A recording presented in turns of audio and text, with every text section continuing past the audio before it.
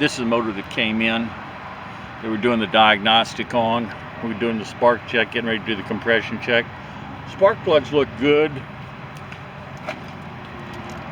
Fuel sample was good. It looks like it's been running just great. What we did notice was that this has been ground right here. Someone's had that off for some reason. The side cover plate's been off because you couldn't do that with the plate on there where you take the grinder and do that. But we weren't able to run a compression check because this is what it does. And it's just locked up. So go ahead. And it's completely locked up, and it'll go backwards that far. Okay, and the other way.